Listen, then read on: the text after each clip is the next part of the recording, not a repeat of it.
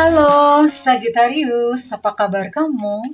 Semoga kamu dalam kondisi sehat, bahagia dan penuh cinta ya Sagittarius. Ketemu lagi dengan saya Sada Bahiti dan saya ditemani oleh Cemplon, Seklepon, Empan-Pan. Dan kali ini kita mau bahas kupas tuntas karma kamu dan dia ya. Ya, kita mau lihat, dan ini sifatnya adalah general reading, artinya tidak mungkin resonate dengan semua Sagittarius ya. Please be wise, saya mengajak teman-teman di sini untuk berpikir logis dan kritis. Dan buat kamu yang udah like, subscribe, dan komen, thank you banget. Aku doain kamu kaya raya, 7 turunan, 7 tanjakan ya. Dan yang belum subscribe, ditunggu ya. Oke, karena dengan subscribe kita akan lebih mudah untuk terkoneksi ya sayangku ya. Dan aku minta tolong dibantu share ya teman-teman ya. Ke mana kek, terserah deh. Ke tukang beca, ke tukang belanjaan gitu ya. Oke, ini karma dia yang kamu merasa dia menyakiti kamu ya. Well, oke. Karma itu apa sih? Karma itu ada yang bilang ini hukum tabur tuai, sebab akibat, sama ya intinya. Segala apapun yang kamu lakukan itu selalu ada akibatnya, selalu ada feedbacknya, ya selalu ada balasannya. Kalau kamu berbuat baik ya karmanya karma baik gitu ya. Tapi kalau misalnya kamu berbuat jahat, karmanya pun tuh karma jahat ya sayang ya. Oke, dan semuanya itu dituai gitu. Nah, tapi tidak semuanya ya, artinya gini. Dalam persepsi kamu yang kamu bilang bahwa kamu dizolimi, kamu disakiti, itu pun hanya persepsi. Karena sebetulnya bisa saja kamu tidak mengizinkan itu terjadi kepada kamu. Dan ingat setiap energi, karena kita mempersepsikan diri sebagai seorang yang dizolimi, sebagai seseorang korban ya. Berhati-hati sayang, karena ketika kamu memiliki satu persepsi seperti itu ya, maka itu akan mengundang orang-orang yang sama, yang juga akan nantinya menzolimi kamu, akhirnya terbentuk pola. So, keluar dari posisionalitas itu, keluar dari posisi sebagai orang yang terzolimi, keluar dari posisi sebagai korban ya. Oke. Kadang-kadang kita tuh nggak sadar bahwa kejadian-kejadian yang datang dalam kehidupan kita itu ya disebabkan oleh diri sendiri sebetulnya. Kita memperagakan energi apa, ya itu yang datang gitu ya. Oke, let's see. Di sini ada Knight of Swords, ada Two of Wands, ada The Lovers Reverse, ada Five of Pentacles, ada Ten of Cups, Seven of Wands, Queen of Swords, King of Pentacles. Ya.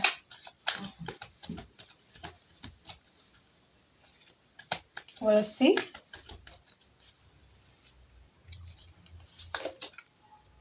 Rest and rejuvenation. Jiwanya tidak bisa beristirahat. Jiwa tidak bisa beristirahat itu gimana sih? Jiwa tidak bisa beristirahat tuh jiwanya selalu kemerungsung, nggak tenang ya. Itu nggak bisa beristirahat. Gelisah terus, deg-degan terus jantungnya. Oke, mari kita lihat ya. Jiwanya tidak bisa beristirahat. Jadi memang dia merasa lelah ya. Jadi entah mungkin dengan persoalan-persoalan hidup, bukan karena perbuatannya kepada kamu aja, tapi persoalan-persoalan hidupnya itu cukup menyita energi dia ya. Di sini terlihat bahwa memang dia adalah seorang yang aktif. Di sini saya lihat dia adalah seorang yang rajin, seorang yang aktif gitu ya.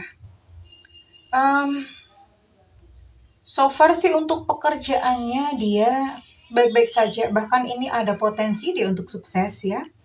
Memang dia harus bekerja dengan sangat cukup keras ya. Dia juga bermitra dengan orang ya. Iya namanya hidup dia ada blessing, ada juga akibat dari perbuatannya dia. Dan yang mungkin kalau kamu bisa sebutkan karma adalah dia juga mengalami apa yang dia lakukan kepada kamu ya. Kalau misalnya dia ninggalin kamu atau ghosting kamu, ini juga ngalamin dia di ghosting juga ya. Kalau misalnya dia meninggalkan kamu untuk orang yang lain atau diselingkuhin atau dia selingkuh dari kamu gitu ya. Ini dia juga ngalamin just exactly like what he did or what she did to you gitu. Ya kayak persis sama seperti yang dia lakukan kepada kamu. What he has done or she has done to you gitu ya. Dia mengalaminya ya. Jadi ya persis kejadiannya, dan ketika dia mengalami ini maka dia akan menyadari, oh ya aku dulu pernah begitu ya. Dan ini karmaku gitu. Dia menerimanya, dia ingat gitu ketika dia melakukannya kepada kamu ya. Dan di sini ada penyakit. Dia mengalami satu penyakit. Penyakit itu sebetulnya tidak murni selalu kondisi fisik ya, tidak selalu sesuatu yang bersifat physically. Kebanyakan penyakit itu bersifat psikosomatis, artinya misalnya dia menyimpan ketidaktenangan, dia menyimpan rasa bersalah itu yang disimpan gitu ya, sekian tahun, bertahun-tahun gitu ya. Nah, rasa bersalah itulah yang menyebabkan ini dia sakit. Atau misalnya kebencian, dendam itu juga bisa menghasilkan satu penyakit ya. Ini namanya psikosomatis dan dia mengalaminya. Kalau bahasa saya itu ngantem di badan. Ngantem itu artinya apa ya? Ngehit di badan, atau badan itu yang kena dampaknya ya. Dari segala emosi-emosi yang dipendam, terus segala emosi-emosi yang negatif yang dirasakan itu menggerus di badan gitu ya. Sekalipun pada akhirnya one day, suatu saat dia memang akan bahagia, dia akan menemukan cinta dan dia akan bahagia ya. Tapi dia akan mengalami ini dulu ya. Dia akan mengalami yang namanya mungkin di ghosting, ditinggalkan pas sayang-sayangnya. Ditinggal pas sayang-sayangnya ya sobat ambiar ya. Seperti itu.